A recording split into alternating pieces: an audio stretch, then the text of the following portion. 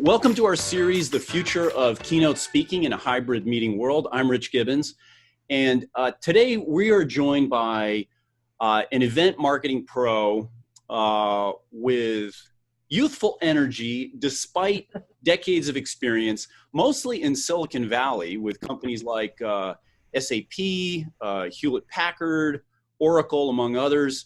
Our pal from NorCal, Julie Lynch. Welcome, Julie. Thank you so much. That was a great introduction. I appreciate it.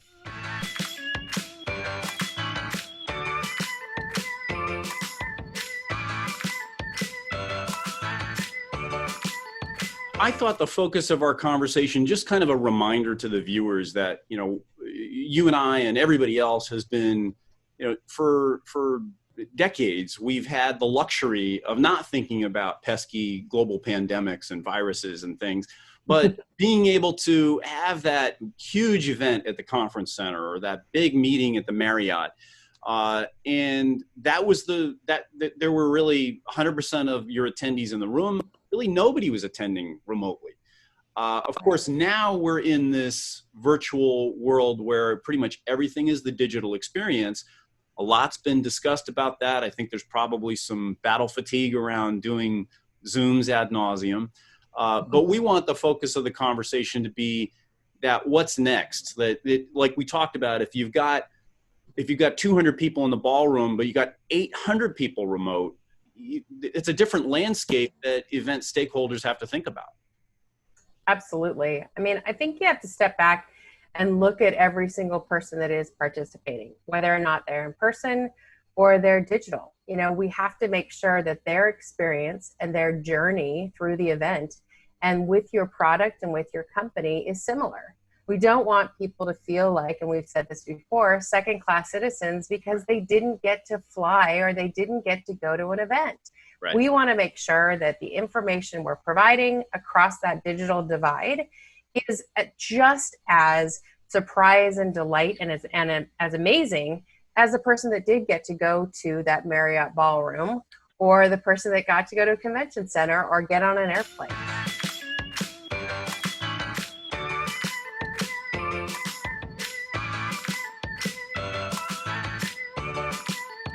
Working with you on various projects, one of the things that I think I appreciate and am sort of impressed by with your approach is that event design should not be driven by the shiny object. You know, like, ooh, this is right. Kind of a cool thing. Let's bolt that on, and this is kind of a neat concept. Let's fold that into the proceedings. And a lot of your sort of approach around this and your thinking is more let your strategy drive the tactics, and data really help to shape and direct how you think about, unpack that a little bit more. For me, I really like to look at data-driven decisions. You know, what is the information that we have about our customers? What do we have about where they are in the buyer's journey? And then what is it that we need to do to reach them? What is the strategy behind the program that you're building? What do we want them to think, feel, and do? Where is it that we want them to go when they engage with us? And I think that when you start with the data and the information that you have of how they're already engaging with you in this, you know, new process of that buyer's journey, where do you then take them? What is the engagement that they want? You know, oftentimes when we look at designing content, we say, is it a breakout? Do people want one directional information and they only want 10 minutes of somebody telling them something and they don't want to interact? Or are they really looking for new concept and new conversations, which you then do roundtables, or you do meet the experts, or you do things where you can engage people versus it just being listening to yet another podcast or listening to another, you know, video. I think it's important to meet people where they are and really look at what your customer wants and needs so that you can deliver the experience. And as you said, you know, we can get distracted by those shiny objects of all the new production, all the new things, that the bells and the whistles. But if the bells and the whistles aren't being used by your customer, don't spend your energy on it. Right. It's important to deliver what your customer needs and wants. Right. And then ultimately driving pipeline for your company.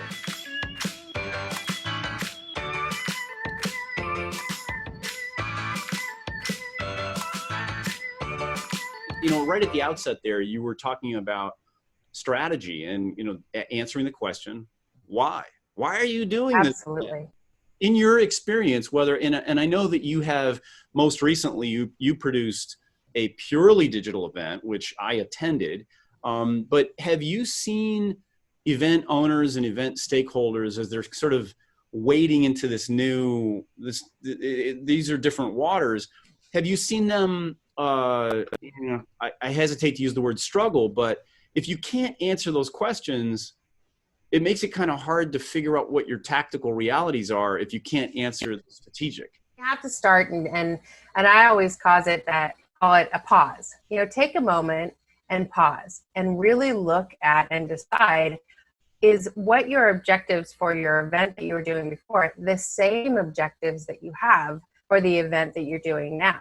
When we revamped and we transformed SEMA Summit into a digital experience, we went back and we took a short moment to pause and say, what were the most important things we wanted people to get out of a digital experience? Was networking still super important? Was connection really important? Was the education really important?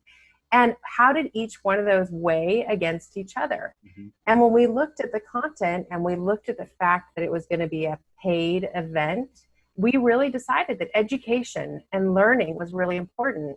But we also knew that this event was all about making connection, because people come to this event once a year and they want to see their friends. They want to see their industry peers.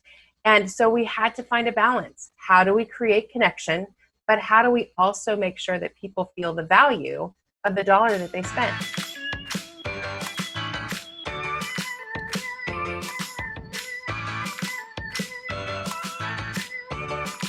So Julie is alluding to a trade association that we're both involved with in the event marketing world. And as an attendee, I can tell you that I did feel those things, that I was learning.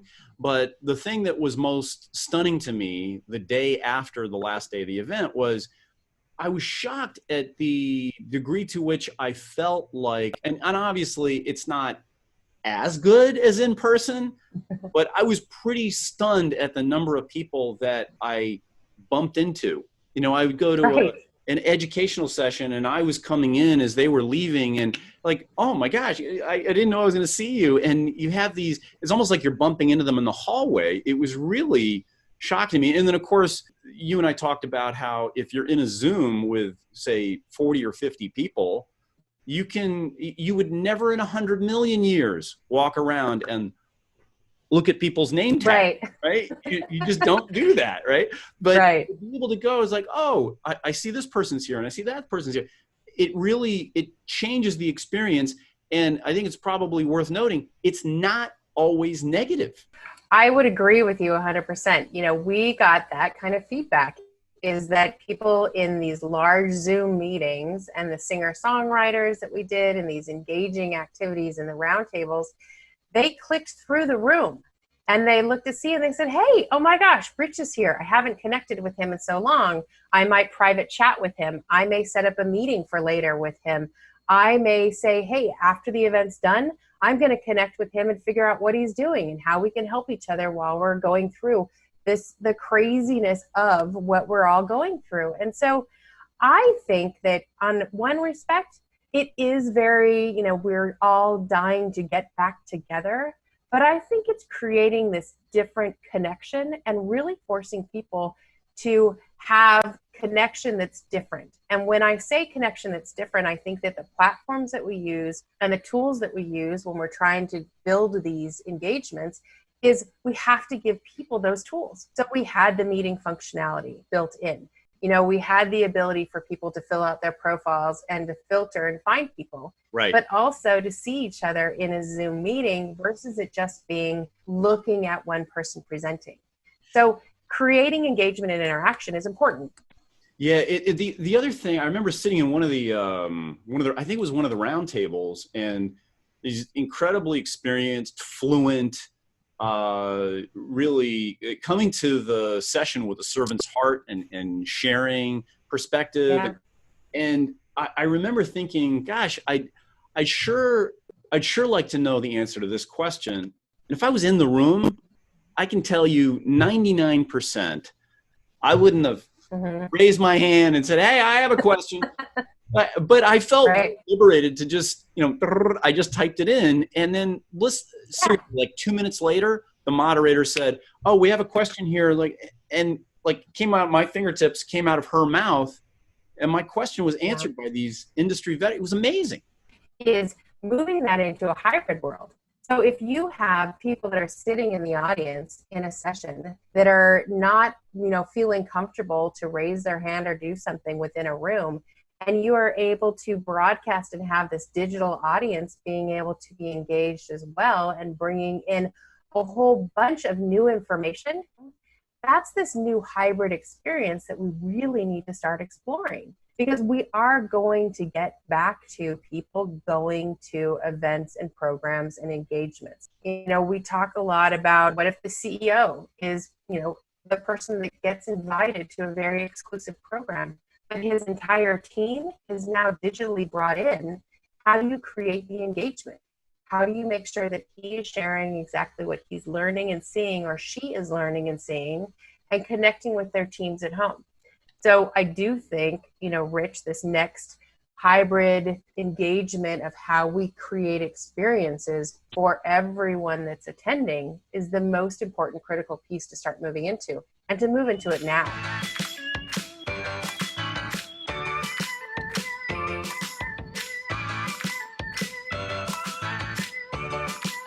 One thing that I don't envy, and this might be a little bit of an unfair question, but I don't envy event owners when you have 2019, you had 1,000 people in the room, and then Right? this next event, because of physical distancing and audience densities, and okay, the Hyatt can only accommodate 200, in the room that's Right. contract or whatever. Now you've got to make sure, and I've heard you talk about it, I've heard some of our industry colleagues talk about it, that the people in that room are the ideal phenotype of buyer or target market. And Right. how Yeah. do you slice and dice that? And that's obviously evolving as we go along, but how do you think about that? Yeah. I think the most important piece is the partnerships that you have with your internal teams and your internal stakeholders. Talking to your sales teams, talking to, your leadership teams about who is it that we want to reach. As an event marketer, I really look that I have this entire group of internal stakeholders that are equally important in making decisions on how we build programs and engagement. I need to know what they're doing and what things they're trying to do with their sales teams. How much engagement does our field marketing team truly have with the customer right now? And who is it that they're talking to? We talk a lot about that lots of these huge programs have that so-called tire kicker that comes to the events, and it builds up the volume of the people at the event. But is that really helping you in the long run? And is it really what you want to do as we move into a new hybrid engagement? So again, I think it's about partnership. I think it's about your internal stakeholders. I know it's about building out the right personas and that customer journey or that buyer's journey, and then figuring out where do events play within that arena.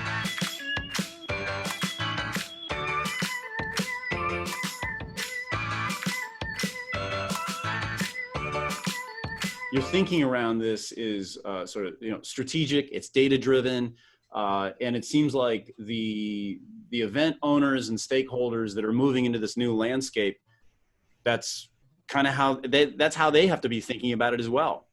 Absolutely. I mean, it's important. And I think we need to be bold in what we're doing. We need to be brave in how we're trying to push into new and different things. And we need to try things, and you might fail, but you dust yourself off, you try it again, you figure out what you need to do. And it's a lot of conversation, and it's a lot of connection with your people, to make sure that we're building things together. We can't go into silos, and digital is here to stay. Hybrid is going to be, as they say, that new normal. Right. So how do we build into it and not be afraid of it?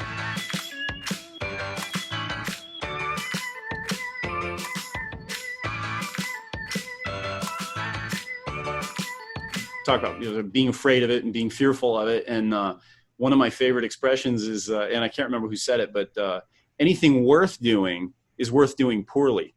In other words, that that the first pancake or the 1.0 of most stuff is not that great, but you can't get to the 4.0, the 5.0 until you do the 1.0, right? So, right. You got to try. Yeah. You got to try. And, as my husband always says, he's like, if you fall down, rub some dirt on it. I'm like, okay, great.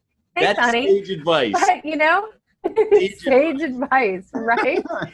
But, I do think, be bold, be brave, try, and try again. And it's great. Why not? Let's take risks because putting that customer at the center of all that we do and building out programs and engagements and experiences with that customer always in mind, I believe will just lead to success. It's a brave new world, Julie. I appreciate you investing the time to talk about it, and we'll be seeing you in the hybrid realm soon. I absolutely believe we will be seeing each other in the hybrid world soon. Absolutely.